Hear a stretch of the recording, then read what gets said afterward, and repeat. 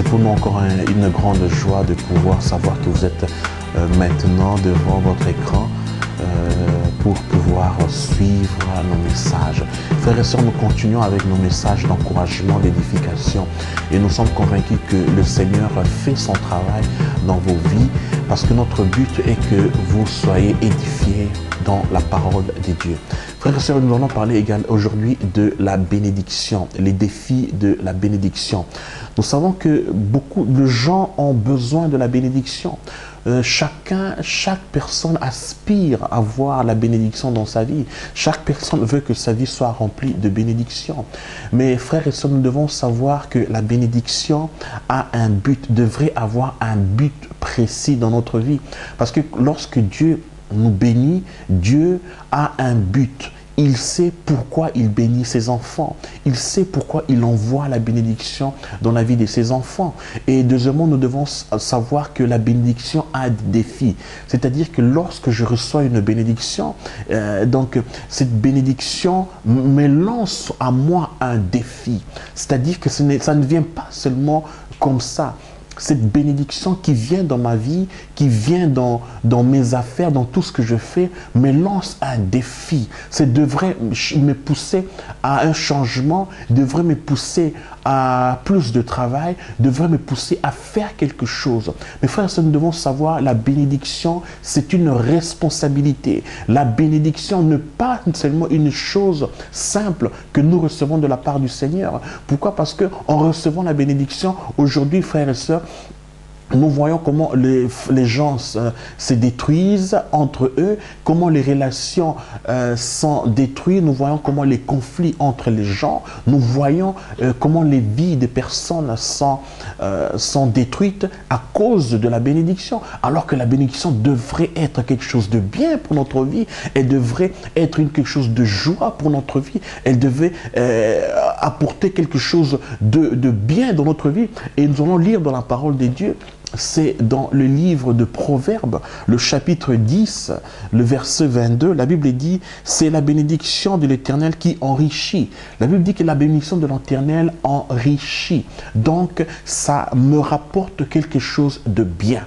Elle enrichit ma vie, une richesse. Elle apporte une richesse dans ma vie. Elle apporte de bien dans ma vie. Elle apporte quelque chose de joie. Elle réjouit ma vie. Et la Bible ajoute encore, et il ne fait suivre d'aucun chagrin. Donc, il n'y a pas de chagrin dans une bénédiction. Il n'y a pas quelque chose de mal dans la bénédiction du Seigneur. Donc, Dieu bénit et Dieu veut que nous puissions nous réjouir de la bénédiction. Quand on va voir qu'est-ce que veut dire bénédiction. Bénédiction, c'est lorsque on est béni par la parole et par des biens matériels. Mais je vais aujourd'hui beaucoup plus parler de la bénédiction par le bien matériel que nous recevons.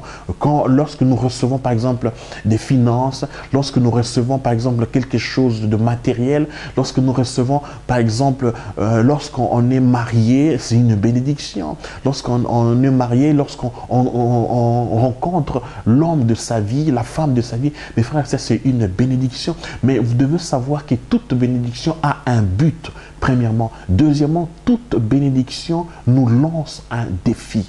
Frères et sœurs, nous devons savoir comment gérer la bénédiction. Nous devons savoir comment maîtriser la bénédiction. Nous devons savoir comment la conserver. Nous devons savoir comment la développer. Nous devons savoir comment vivre avec cette bénédiction pour que la bénédiction, toutes les bénédictions que nous recevons puissent être bien utilisé dans notre vie, pour que nous ne puissions pas nous abuser de la bénédiction. Pourquoi? Parce qu'une bénédiction qui vient dans ma vie et que je ne sais pas comment la maîtriser, comment la gérer, je risque de m'abuser de ça. Je risque de la perdre. Et Dieu ne veut pas aujourd'hui me remplir de bénédictions pour après la perdre. Donc, il ne veut pas me donner la bénédiction pour que cette bénédiction puisse me détruire. Il ne veut pas me bénir pour que cette bénédiction me rende rétrograde, que je quitte l'Église. Non, frères et sœurs, la bénédiction, elle enrichit, elle n'apporte aucun chagrin. C'est-à-dire, je réponds à tous les défis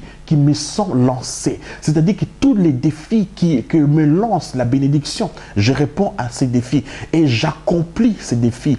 Et je cherche à pouvoir, afin que cette bénédiction ne devienne pas une malédiction. Pourquoi? Parce que une chose qui est aujourd'hui bénédiction peut se transformer en malédiction si je ne veux pas savoir comment la gérer, comment la maîtriser, comment la conserver, comment bien l'utiliser. Frères et sœurs, continuez à nous suivre, continuez à suivre. Et je sais que vous êtes aujourd'hui, vous voulez avoir une bénédiction. Vous priez, peut-être que vous gênez même pour recevoir une bénédiction. Mais sachez que tout ce que vous demandez aujourd'hui, tout ce que vous voulez recevoir aujourd'hui de la part du Seigneur, frères et sœurs, elle a un but précis. Elle a un but pourquoi elle doit venir dans votre vie.